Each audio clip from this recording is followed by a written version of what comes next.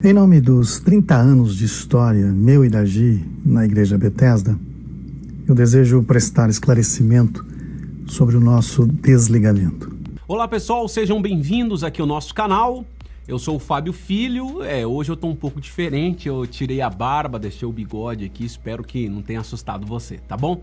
Mas o nosso vídeo não é sobre isso, é sobre a saída do pastor Eliel Batista da Igreja Bethesda, aqui de São Paulo, do pastor Ricardo Gondim. O pastor Ricardo Gondim é um pastor muito polêmico, né? Principalmente nesses últimos anos. Ele que tem declarado seu apoio à esquerda, tem feito alguns comentários na sua igreja sobre a ideologia de gênero e ele tem recebido muitas críticas por parte de líderes religiosos, líderes evangélicos.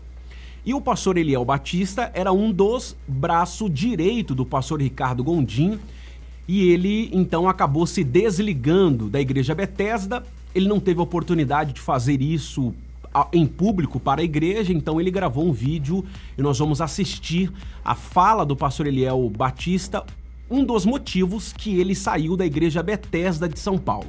Fica comigo até o final desse vídeo para você poder entender toda essa história. Se você está aqui pela primeira vez, eu já peço para você se inscrever em nosso canal e ativar o sininho de notificações para você não perder os próximos vídeos. Aproveita aí e já deixa um like, beleza? Bora pro vídeo então.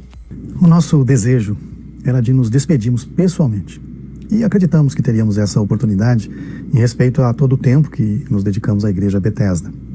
Inclusive, no dia em que apresentamos as nossas razões, fizemos esse pedido à presidência que se dispôs em atender. Mas, em vez disso, foram tomadas decisões precipitadas que feriram mais o nosso coração com inverdades que acabaram instaurando um clima muito ruim e esse desejo de fazer essa despedida foi muito minado. Eu enviei um e-mail aos pastores dizendo que não havia mais um ambiente saudável, um clima favorável para que a gente se despedisse em um culto. Eu não obtive resposta, o que interpretei como concordância.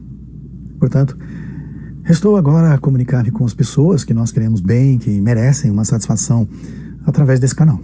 Eu peço muito a sua paciência e atenção em alguns minutos, porque eu vou fazer uma leitura. Como é um assunto muito sensível e para que eu possa falar adequadamente, então eu quero ler, tentando com isso evitar que as emoções interfiram enquanto eu presto esclarecimento. Uma outra coisa é que nessa mensagem você vai perceber que eu não cito o nome de pessoas. Eu tenho uma razão para isso.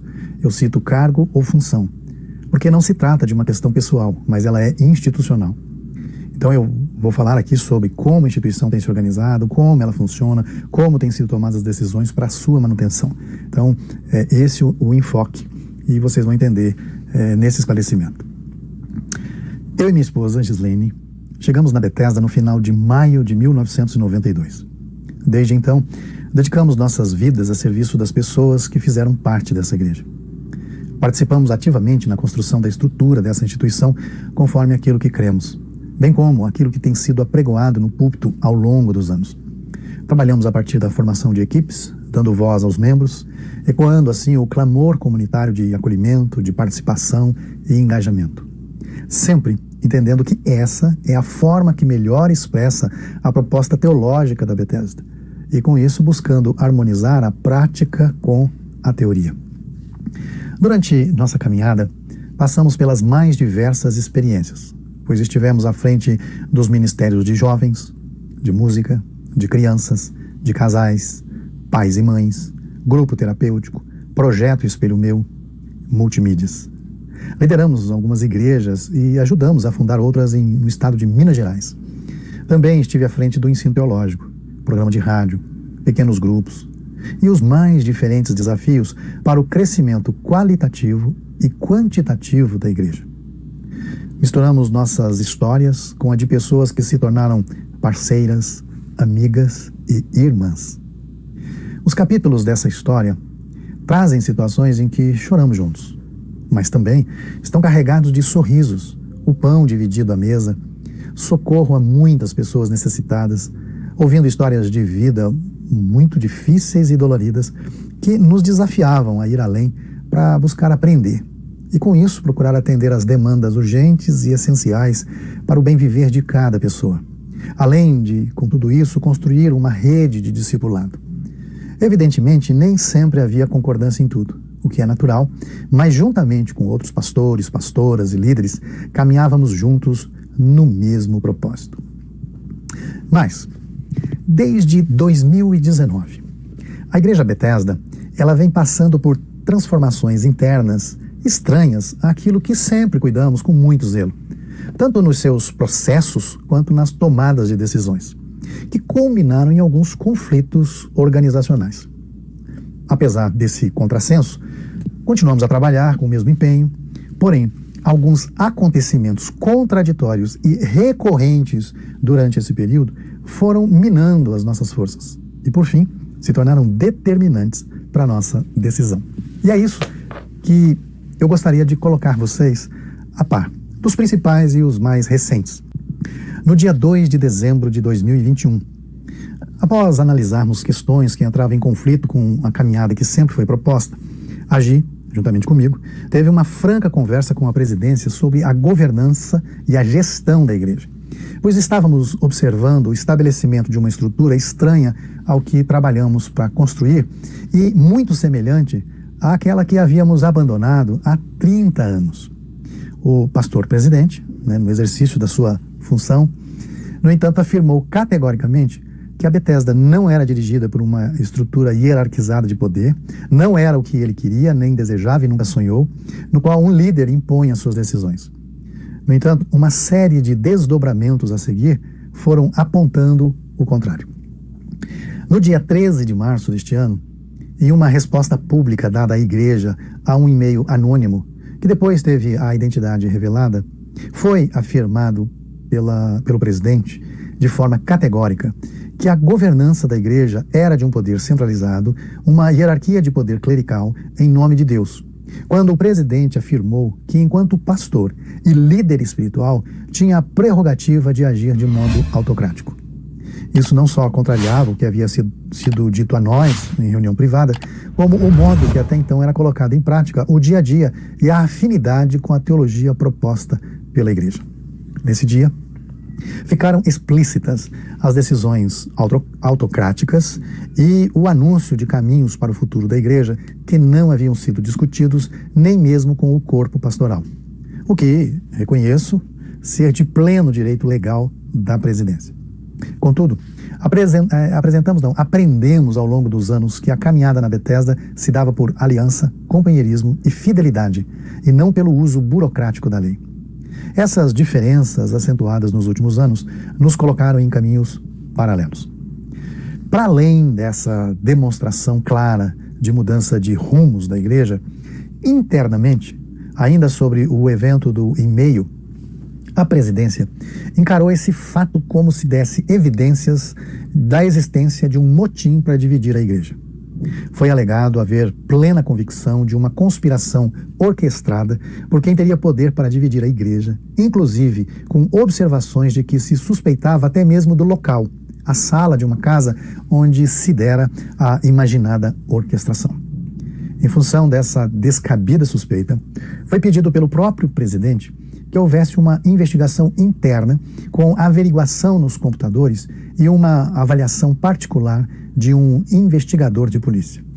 Entretanto, o conhecimento da existência desse e-mail e a existência da desconfiança e suspeitas sobre alguém foi omitido de mim e do pastor Joel, enquanto pastores com longa caminhada na igreja, mas foi compartilhado com outros pastores com menos tempo, tornando evidente que, no caso, eu estaria no centro dessa suspeita.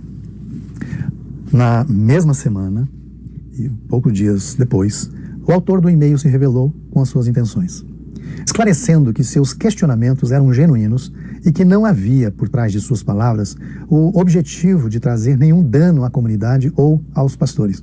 Porém, esse esclarecimento devidamente documentado não foi levado com a mesma voracidade para a igreja, a fim de se desfazer o mal-entendido, deixando que a sombra das suspeitas de um conspirador permanecesse no coração das pessoas.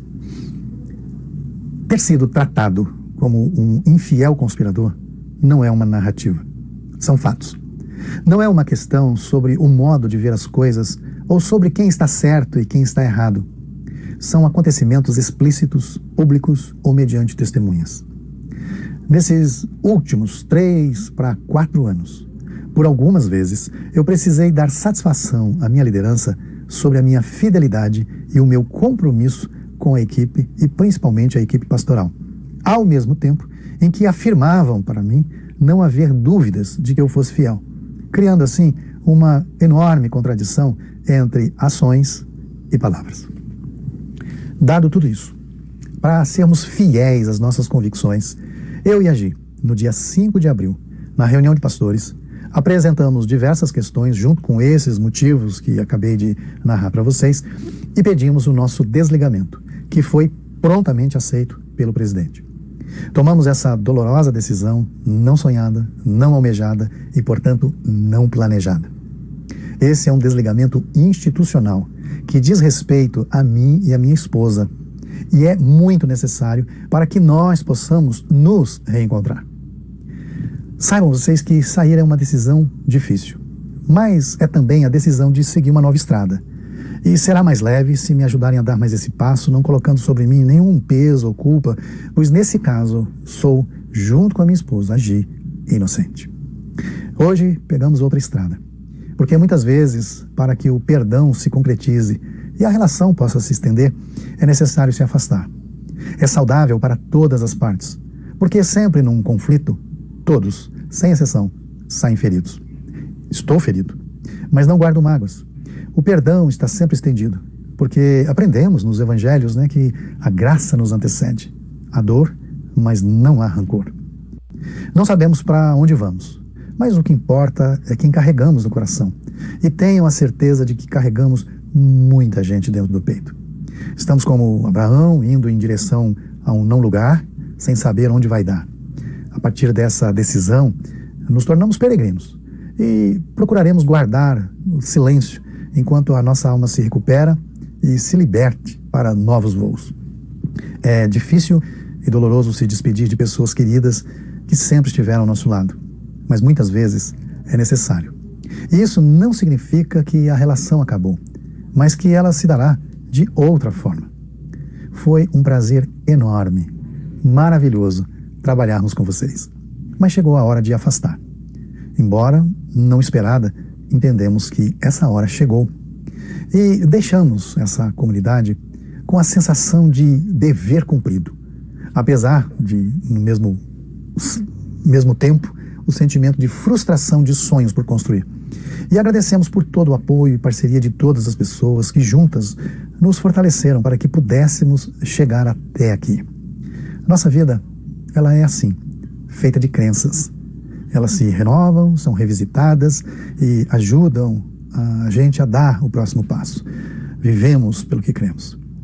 Terminamos de escrever nossa história aqui nesse lugar, chamado Betesda, mas levamos com a gente experiências e amizades para redigir outras 1000 histórias no tempo de vida que ainda nos resta. Aconselho que todas as pessoas continuem a se dedicar no trabalho do reino e possam exercer isso com muita alegria. Gratidão. Gratidão por tudo e por todos.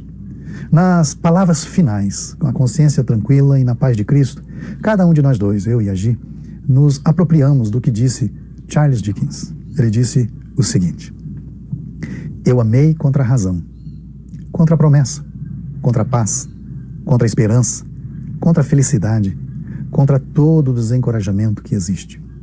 E como escreveu Leonardo da Vinci, para estar junto, não é preciso estar perto, e sim do lado de dentro. Que Deus abençoe grandemente a todos vocês e nos encontramos por aí, na estrada que é Cristo. Tá aí o esclarecimento, a fala do pastor Eliel Batista a respeito da sua saída da igreja Betesda de São Paulo, né? Ele esclareceu mais ou menos o que estava acontecendo, o desentendimento entre ele e o presidente, que é o pastor Ricardo Gondim, acabou pegando muita gente de surpresa. Eu fiquei surpreso, eu nem sabia, né? Um pastor amigo, estávamos conversando, ele acabou comentando sobre isso. Eu fui procurar informações e realmente é isso que aconteceu. A igreja Betesda, pastor Ricardo Gondim, tem mudado muito nesses últimos tempos, e isso tem feito com que muitas pessoas tenham se afastado, né, dos ideais, de projetos, pessoas que têm deixado a admiração a respeito do pastor Ricardo Gondim. Bom, coloca aqui nos comentários qual é a sua opinião sobre essa fala e esse posicionamento do pastor Eliel Batista. Se você está aqui pela primeira vez, não se esqueça de se inscrever em nosso canal e ativar o sininho de notificações para você não perder os próximos vídeos. Se você quiser me seguir nas redes sociais, TikTok, no Instagram, é @fabiofilho.oficial. Muito obrigado e até o próximo vídeo. Valeu!